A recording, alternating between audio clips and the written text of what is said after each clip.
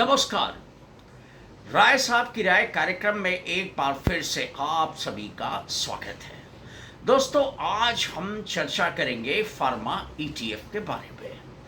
Pharma ETF ही क्यों, इसके पीछे जो वजह है वो मैं वीडियो में आगे बताऊंगा।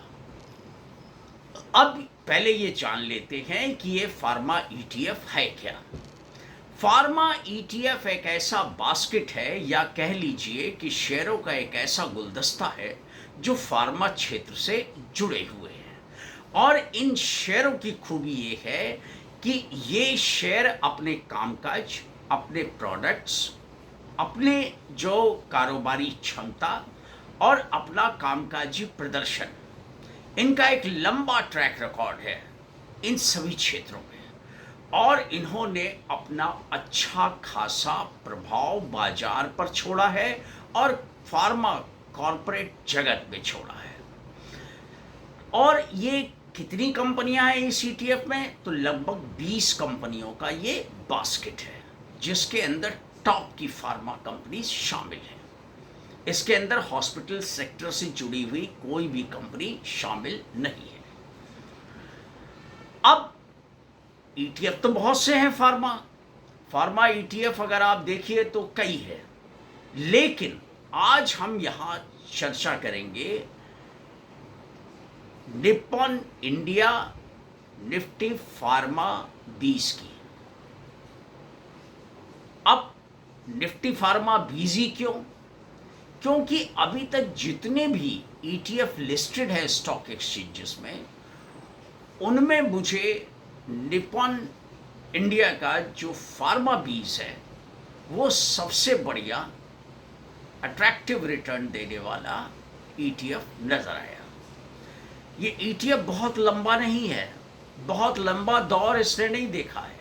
ये लगभग 2021 में ये लॉन्च हुआ था और तब से अब तक जो है इसका प्रदर्शन जो है वो बहुत ही संतोषजनक रहा है। मसलन अगर किसी ने लमसम पैसा लगाया हो तो 3 साल में इस ईटीएफ ने जो है वो 80% से ज़्यादा का रिटर्न दिया है। 3 साल में 80% से ज़्यादा, तो 1 साल में जो है इसका रिटर्न जो है वो लगभग 14% से ज़्यादा रहा है। उसके अलावा 6 महीनों में जो इसका रिटर्न है वो लगभग 11% से अधिक रहा है। यानी कुल मिलाकर के जो ट्रेडिशनल, चाहे वो बैंक फिक्स डिपॉजिट्स हों, चाहे वो आपके कॉरपोरेट बॉन्ड्स हों, चाहे वो और दूसरे निवेश माध्यम हो जो फिक्स रिटर्न देते हैं, उनसे ये ज़्यादा रिटर्न अब तक देता आया है। तो मुझे ये देख करके काफ़ी जो है वो स्ट्राइक किया और मेरी नज़र इस पे गई और मैंने सोचा कि क्यों ना इस पे एक वीडियो बनाया जाए। अब ये फार्मा ईटीएफ ही क्यों बनाया जाए, इसके पीछे भी एक वजह है। इसके पीछे की वजह ये है कि फार्मा एक ऐसा क्षेत्र है जहाँ की हमेशा, जब तक मानव सभ्यता इस धरती पे विद्यमान रहेगी, तब तक दवाइयों का उपयोग होता रहेगा। और जैसे जैसे दुनिया की आबादी में इजाफा होगा, या दुनिया की वर्तमान आबादी अगर मान लीजिए कि इसी आबादी स्तर पे कायम रहती है, तो भी जो है कभी कभी कई सालों के बाद कुछ महामारियां आ जाती हैं, कभी कभी सीजनल वायरल बुखार से, जुकाम से और दूसरे तमाम किस्म के रोगों से लोग पीड़ित हो जाते हैं। और वैसे भी रोज़मर्रा की ज़िंदगी में कुछ ना कुछ, लगभग हर इंसान को दवा की ज़रूरत पड़ती रहती है। तो इसलिए जब तक मानव सभ्यता है, तब तक दवाओं की ज़रूरत जो है उसको आप नकार नहीं सकते। इसलिए ये एक ऐसा सेक्टर माना जाता है कि जब तक मानव जाति पृथ्वी पे मौजूद है, तब तक दवाइयों का दौर चलता रहेगा। वो कम अधिक एक अलग इशू है, लेकिन दवाएं तो इस्तेमाल होती रहेंगी। और जब दवाएं इस्तेमाल होती रहेंगी तो कंपनियों को भी जो है अपना कारोबार करने में जो है वो एक पॉजिटिव जो है वो फैक्टर मिल जाएगा। यानी लोग बीमार पड़े, दवा की ज़रूरत पड़ी, तो कंपनियों का उत्पादन बढ़ा, उनका कारोबार बढ़ा, उनके मार्जिन्स बढ़े, उनकी प्रॉफिटेबिलिटी बढ़ी। तो दवा कंपनियों का काम है दवा बनाना, डॉक्टर का काम है दवा प्रिस्क्राइब करना, और मरीज का काम है दवा को खाना। अब सवाल ये पैदा होता है कि ये फार्मा ईटीएफ हमें लॉन्ग टर्म में क्या कुछ दे सकता है। मेरे हिसाब से अब तक का जो भी ईटीएफ का प्रदर्शन फार्मा बीज ने दिखाया है उसके मुताबिक, और जैसा भविष्य में फार्मा कंपनियों के लिए बाजार उपलब्ध है, जो संभावनाएं हैं और जो मांग बनी रहने की पूरी संभावनाएं हैं, ऐसी स्थिति में जो है ये कंपनियां लगातार नई दवाओं का इजाद करेंगी, नई नई दवाएं बाजार में आएंगी, उत्पादन बढ़ेगा और इनका कारोबार बढ़ेगा, और इसी के साथ इनका लाभ बढ़ेगा। और जब लाभ बढ़ेगा तो शेयर मार्केट में इनके भाव जो हैं वो बढ़ेंगे ही बढ़ेंगे।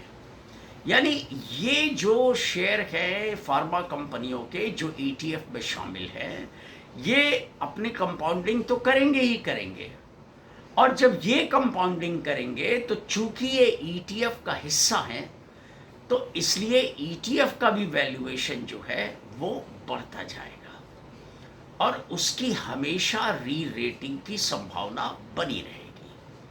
तो ऐसी स्थिति के अंदर ये ईटीएफ जो है इनका भाव बढ़ने की प्रबल संभावनाएं हमेशा मौजूद रहती हैं। वो दीगर बात है कि समय समय पे जो है कुछ घट बढ़ इन भाव में हो सकती है, लेकिन इनका रुख जो है वो मजबूती का बना रह सकता है और इनके भाव में धीरे धीरे स्टडी तौर पे जो है वो इजाफा होता रहेगा, चाहे वो हर महीने हो, चाहे वो हर तिमाही हो, चाहे वो हर छमाही हो, चाहे हर साल हो। लेकिन ये अच्छा खासा लॉन्ग टर्म में वेल्थ क्रिएट करके दे सकते हैं। और ख़ास करके मुझे जो ईटीएफ में दिखाई दिया फार्मा बीज में, वो ये कि अब तक का सबसे बढ़िया प्रदर्शन इसी का रहा है और इसने अच्छी खासी अब तक वेल्थ जनरेट करके निवेशकों को दी है। तो आगे भी इसकी संभावनाएं बनी हुई हैं। अब इन संभावनाओं के पीछे एक और बहुत बड़ा फैक्टर है। मैं कुछ आंकड़े आपके सामने रखना चाहूँगा। दोस्तों, दुनिया में जितना भी भारत का एक्सपोर्ट होता है उसमें लगभग 5.5% के आसपास फार्मा सेक्टर का हिस्सा है।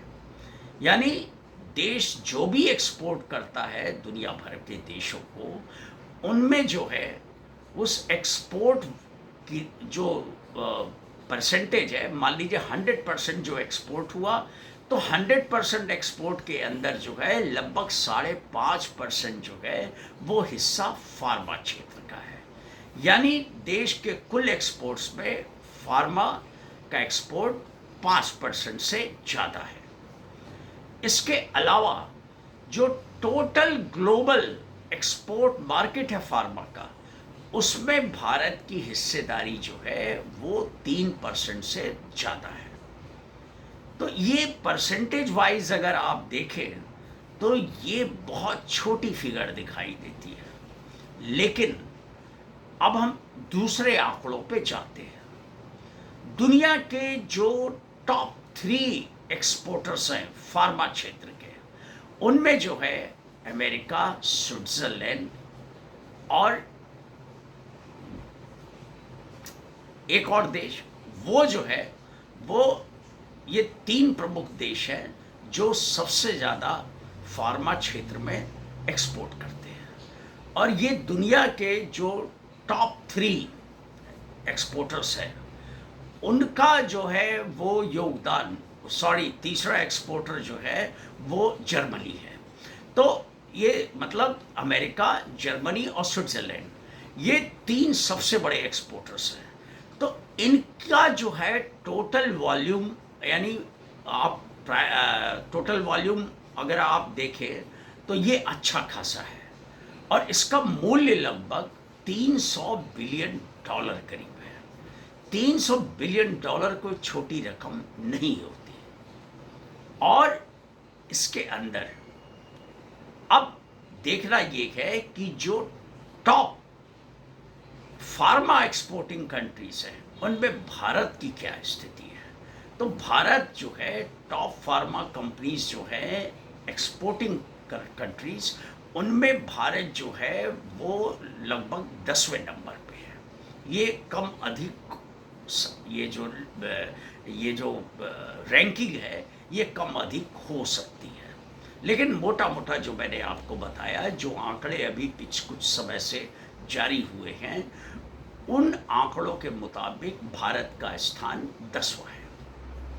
अब इसमें एक सबसे बड़ी जो चौंकाने वाली बात है, और जो इस फार्मा ईटीएफ के लिए सबसे बड़ा योगदान दे सकती है, वो ये है कि ठीक है, अमेरिका, जर्मनी और स्विट्ज़रलैंड ये दुनिया के 3 सबसे बड़े जो है ये फॉर्मुलेशन, ये ड्रग एक्सपोर्टर है। लेकिन अब भारत यहाँ पर एक दूसरा भी आंकड़ा ये है जहाँ दुनिया में टॉप पर है, और वो सबको पछाड़ देता है, यानी अमेरिका को भी पछाड़ देता है, जर्मनी को भी पछाड़ देता है, और स्विट्ज़रलैंड को भी पछाड़ देता है। और यहाँ इसका ही सिक्का चलता है, यानी भारतीय फार्मा क्षेत्र का ही सिक्का चलता है। अब आप ये जानने को उत्सुक होंगे कि आखिरकार ये कौन सा ऐसा क्षेत्र है फार्मा का जहां भारत का सिक्का चलता है। तो आपको ये जानकर आश्चर्य होगा या आपको मालूम होगा कि जो जेनेरिक ड्रग्स हैं, बायोसिमिलर्स हैं, इनके अंदर जो है भारत का स्थान पहला है। यानी भारत जेनेरिक ड्रग्स के मामले में दुनिया का टॉप का देश है, यानी नंबर 1 स्थान है इसका। और ये बहुत बड़ा मार्केट है, ये बहुत बड़ा मार्केट है। और भारत का जो सबसे बड़ा बाजार है, ये जेनेरिक बाजार, वो अमेरिका है, और दूसरे नंबर पर यूरोप है, और इसके साथ ही अफ्रीका, साउथ अमेरिकाज और नॉर्थ अमेरिकाज में भी जो है अच्छी खासी पैठ भारतीय फार्मा कंपनियों की है। और अब एक नया डेवलपमेंट और इन कंपनियों के साथ जुड़ गया है। कई कंपनियां जैसे सन फार्मा हुई, जाइडस लाइफ साइंसेस हुई, ये जो है वो अमेरिका में और दुनिया के और कई दूसरे मुल्कों में जो है ये अपने प्रोडक्शन बेसिस जो है वो खड़ा कर रही है। अब ये जब बेसिस वहाँ खड़े हो जाएंगे तो इनकी प्रॉफिटेबिलिटी, इनकी मार्जिन्स और इनका प्राइसिंग ज़्यादा अट्रैक्टिव हो जाएगा, और इससे इनकी प्रॉफिटेबिलिटी जो है वो खासी बढ़ जाएगी। इससे इनको अपना लाभ कमाने में, मार्जिन सुधारने में और अपना कैश फ्लो बढ़ाने में अच्छी खासी मदद मिलेगी। तो अब अगर ये संभावनाएं हैं, अब जेनेरिक तो हो ही गया, फिर बायोसिमिलर है, बायोलॉजिकल्स हैं। दूसरी चीज़ ये कि बहुत सी कंपनियां यहाँ पर जो भारत में हैं, वो जो दुनिया के टॉप ब्रांड्स हैं, टॉप की फार्मा एक्सपोर्टिंग कंपनीज हैं, वो अपनी बहुत सी जो फॉर्मुलेशंस या ड्रग्स हैं उनको जो है भारत में कॉन्ट्रैक्ट मैन्युफैक्चरिंग आधार पे तैयार करवाती हैं।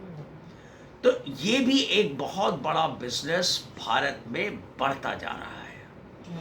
इसका भी पूरा लाभ ये कंपनियां उठा सकती हैं। अब ये ईटीएफ में सबसे बड़ा फायदा क्यों होने वाला है, अब ये भी मैं आपको बता देता हूं।